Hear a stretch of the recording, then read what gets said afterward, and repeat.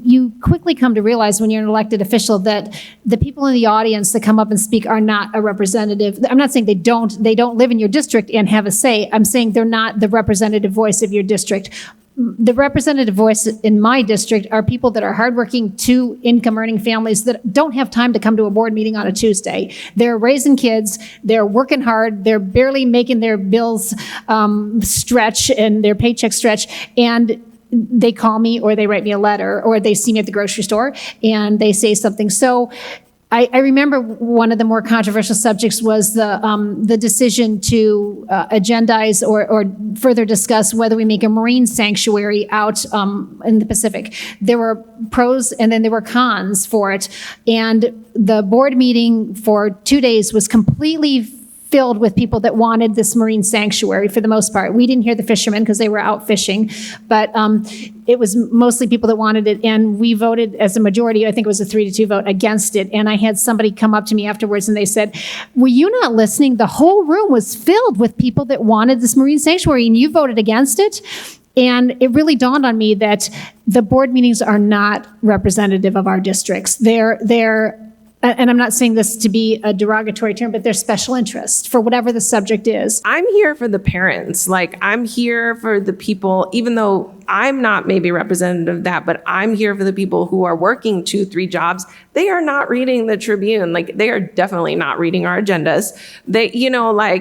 I'm here to try to speak for them. And it's kind of by design, but like most people at our school that has 400 some families, they don't know that I am a city council person or mayor pro tem. They just know I'm the PTA president, and they have my personal cell phone and my personal email.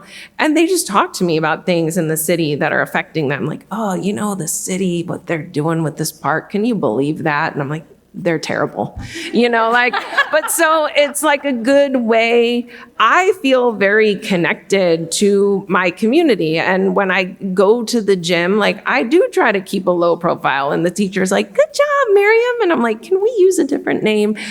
Because I just want people to be able to talk to me. They just look at me as like a mom or a softball mom. And I feel like I get a lot of opinions. And when I am up at the dais, I'm thinking of those people and those opinions, even though they can't maybe even afford a babysitter to come there to say something about that. I also think just being out in the community, talking to people, that's how you get feedback.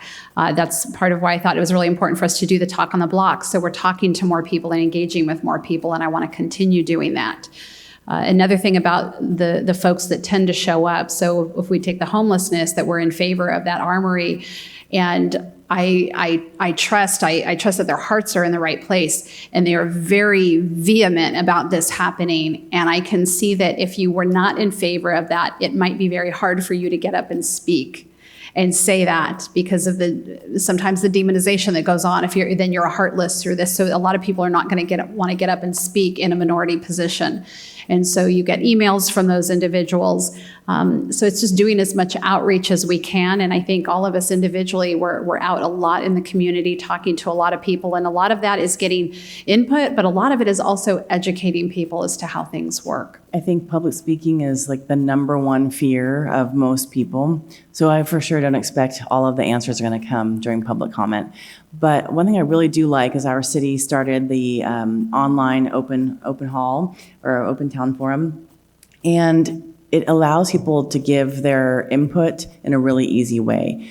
But we also do a lot of around big controversial topics like master plan changes, new parks and rec, et cetera. We hold a lot of different opportunities where people can come in the time periods that work for them, which is really great. And I think part of what I continue to try to encourage our staff is to understand that not everyone's coming to City Hall or either Ludwig Center or the library, which are all within, I don't even know how many feet that is, but really small, that we have to go out to all the different neighbors.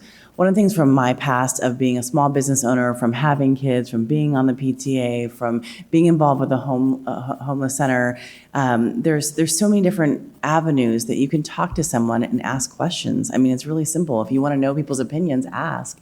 So that's commonly what I find myself doing. And now people are starting to know, I can't go as incognito as I used to. People now just come and tell me what they think, which is really helpful.